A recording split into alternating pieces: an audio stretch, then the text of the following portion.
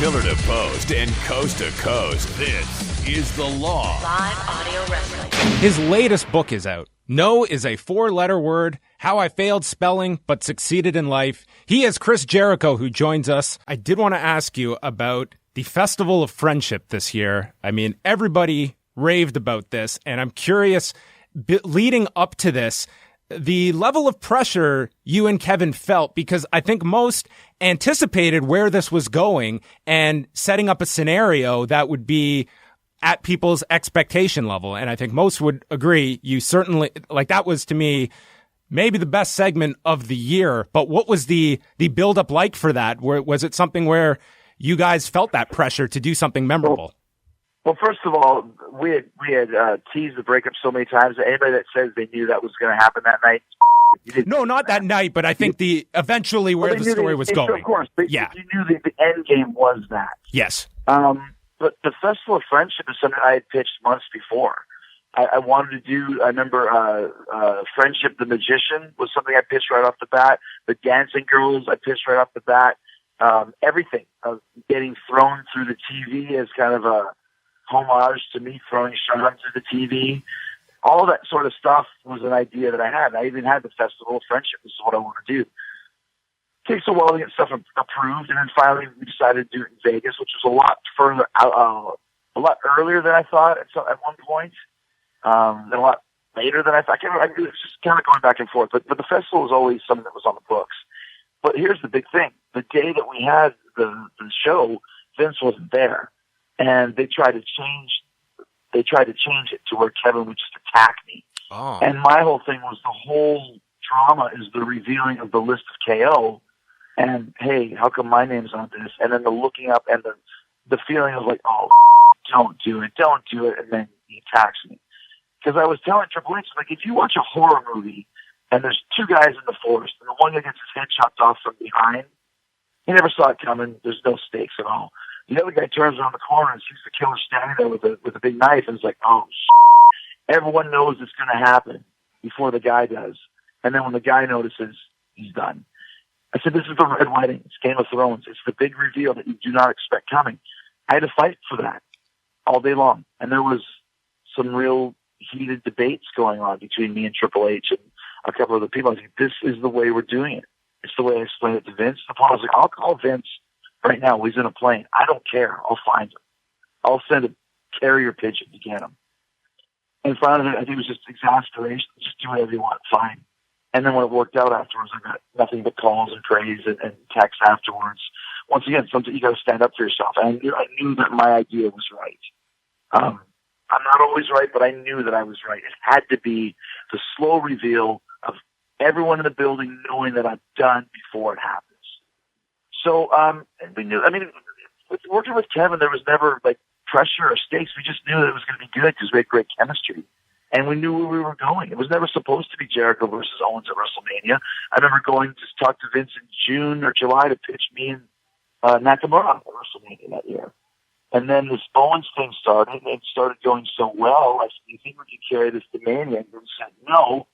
And then a couple weeks later, said, we'll just break you guys up for a bit and just have you not be together every week, but we think this could go into Mania. And it did. And it was a great story. Once again, another amazing Jericho angle. And that's what I think I'm almost famous for. And it's also the best thing for me to sink my teeth into. It's what I love best about wrestling. The matches themselves are fun, but it's the story and the promos that get you there that really makes me excited about doing this still. I couldn't imagine touching any part of that segment. The reveal to me was just so key to all of it. And I think it's a great lesson out there for anyone to have that conviction and to be willing to die on that hill for an idea you truly believe in. I mean, it was a piece of advice Vince gave me years ago. You pick the hill you want to die on and then decide. You die on that hill. It's the Mike Lazansky principle. Stand up for what you believe in. It's the Steve Austin principle. Sometimes you got to be a little bit of an asshole. I had to use both of those in that situation because that was not what was given to me after it was already agreed upon a week earlier. And that's where I was like, okay, now I got to go into a dogfight because this is not right. You know, it's not the best way to do this. And then I remember Triple H saying, it's a comedy thing. It's comical. It makes Kevin funny. I'm like, no, it's all in delivery, man. You know, the list of KO, that's funny. And he rates you, that's funny. Not the way that we're going to do this. And the way that we sold it and the way that we delivered it was the furthest thing from funny that you can imagine. It was like a small movie. What I love so much about it was it started off as this comedic segment, and the tone just rapidly changed all of a sudden, as you mentioned, to this horror scene. Well, and that to me was the drastic change was what made it. That's what I wanted it to be. David Lee Roth's Just a Gigolo video ending with the Red Wedding. Like if David Lee Roth wasn't Just a Gigolo and they got murdered at the end of it, basically is what I wanted. If you watch the beginning of it, I'm way over the top. I bought that sparkle jacket, that sequin sparkle jacket weeks before. I said I need a sparkle sequin hat. They found it, just happened to light up. I mean, the dancing girls, just dancing on the stage, that's all 1985 David Lee Roth, all of it. You know, and then Vincent, his classic, you know, quirkiness, he came up with that statue. He wanted an intertwined statue. So that was his. It had to be a statue. And then I don't know who the hell came up with the creation of Kevin. I saw that day and was like, this is hilarious. Like, this is the dumbest thing I've ever seen in my life. So funny. I don't know whose idea that was. Somebody came up with that idea. And then we had Friendship the Magician, who was the but still, at least we got my Friendship the Magician in there. So it all turned out really, really well. I thought it was as well a bit of a throwback as well to the year prior. And you mentioned this in the book with Mitch the Potted Plant, which was played for laughs. But then there's that moment where it becomes serious. And I felt at that time, the announcers really did a disservice to you two because they were continuing to make it comedy when the comedy had ended. And I told them that after too. I said, you guys are killing this fun. I remember telling Jerry Lawler, you're talking about the potted plant. If I hit you in the head with a potted plant right now, it would knock your fucking head off. Like this would cave your head in. It's a 40-pound piece of like pottery. And the WWE website, I remember they put up Mitch the Potted Plant. Take that down.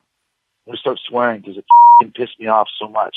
You take away the fact that Ambrose spent a week in the hospital with head injuries from this thing I smashed over his head and making it into a joke. And that was one of my big pet peeves about that, was the bitch the potted plant thing. And it still bothers me to this day because that whole thing started because I write about it in the book that me and Ambrose were backstage and he was making fun of how my set was. And he said, I should bring you a potted plant. I'm like, yeah, you should. He had to walk around the Tampa Arena looking for a potted plant. We went into somebody's office and basically stole one. He brought it to the ring, and then we kept using it every time. And I knew at some point I'd be breaking it over somebody's head. And originally it was supposed to be Roman Reigns, and then that angle got changed to me and Ambrose. I'm like, oh, there's the irony. I'm breaking his own potted plant that he gave me as a gift over his head. All these stories and more available now. I recommend the book. It is No is a 4-letter word, How I Failed Spelling but Succeeded in Life. And there were frequent teases in the book, Chris. Is a fourth book on the way? Because certainly, as we have mentioned in this interview, I mean, there's no shortage of content for a fourth book. Fifth book, yeah. Well, fifth, I guess, in the linear path of the career. Well, yeah, I don't know. I think I'm really well before I write another autobiography, but I do have another book in mind. I've got a couple books in mind now, and realizing that I don't always have to just write about, then this happened, then that happened, and this happened, and that happened. I really like what I did with this book being more of a self-help motivational book. I have another idea for kind of a themed book, basing just one experience that happened to me and writing a whole book around that. So I enjoy writing. It's fun. I need some time away from it because writing a book is very taxing. It's very hard. I think if you divided the amount of hours you spend on a book by the amount of money you make from it, you're probably making less than a sweatshop child labor in China. I think it's like $2.12 an hour is what I figured it one time. But it's not about that. It's about continuing to write these tales. And it's fun. I like writing a book. I like reading the book after. I like signing them. I like hearing people's reactions. So it's something that I definitely plan on continue doing for sure. Maybe a follow-up can be the Dan Lovransky principle and how he made his way legitimately onto the list. That is true. Where it was actually a photograph taken of it one time. And yes. You saw his name. The Dan Lovransky principle, how to be a dumb moron and still end up on Raw. The amount of feedback we got from people that saw just a close-up of just this crumpled piece of paper with his name on it. It was unbelievable. Yeah. And to me, it was a microcosm for why things like that work, because you made it a real list. You said Dan Lavransky was on the list, and he made it onto the list. So yeah. Well, what I ended up doing was I got one of the junior writers to go online, because people made the list. Like anybody whose name on it, they followed along, watched all the shows, and wrote it down. So there's actually, he found the list, and then I just said, he printed all the names, and I said, write it down. So he wrote all the names down, and that's what you see. That was not my handwriting, because I don't have enough time to be writing all that stuff down. That's what interns are for. But we actually went online to find out all the people that were on the list, including Brace Face sitting section 4, row C, seat 6 or whatever. So it was kind of fun to go back and read all those.